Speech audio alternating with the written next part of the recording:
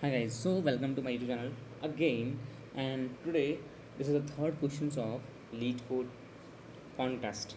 In that problem, minimum operations to make array non-decreasing.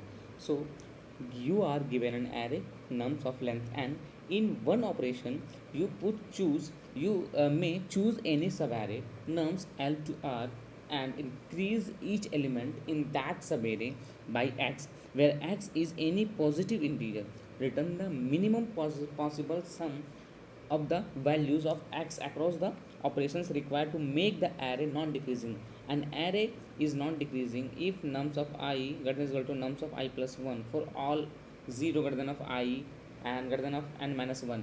The array is a contiguous non-empty sequence of element within an array. So the problem is nums is equal to 3 3 2 1.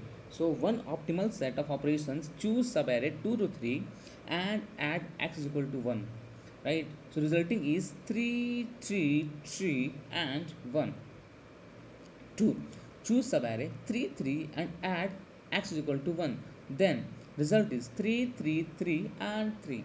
The array becomes non-decreasing and the total sum of chosen x is equal to 1 plus 1 2, right? So in that problem, the problem is you can choose any subarray L to R, add plus x to all element in it, cost is equal to x. What is the goal? Make array non-decreasing. Minimize non-decreasing means make the array equals to of all, not decreasing, not increasing. We can make the increasing but not decreasing order. Total sum is equal to sum of x. Brute force approach, that will the try to all subarray plus minus simulate, that is the exponential STLE. Important insight is instead of thinking operations, think each element को कितना increase चाहिए, right? So nums of I greater than is equal to nums of I minus 1. If not, then nums I greater than is equal to nums I minus 1, right? So in that I use the greedy approach. Why you use the greedy approach? Greedy approach used for the, suppose nums of I minus 1 is equal to previous nums of I just start from the here, and I just start from the here, and the nums of I minus 1, this one is the previous, and nums of I is equal to current, and this one is the current. So if current greater than is equal to previous, if this is the greater than of this, then what we need, increase the previous minus current, right?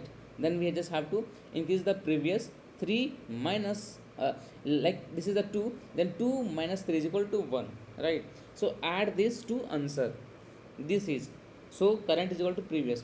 So instead of multiple subarray operations, we simulate final array directly. Minimum cost is equal to increment needed, because adding to large segment is always optimal, right? You never want to over increase.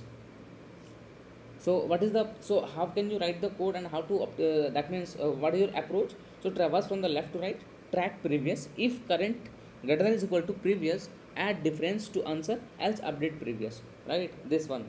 So I just write the code like long and answer is equal to 0, and then long previous is equal to nums of 0, right?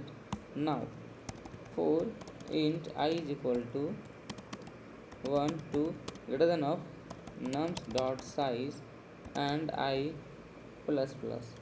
Now if nums of I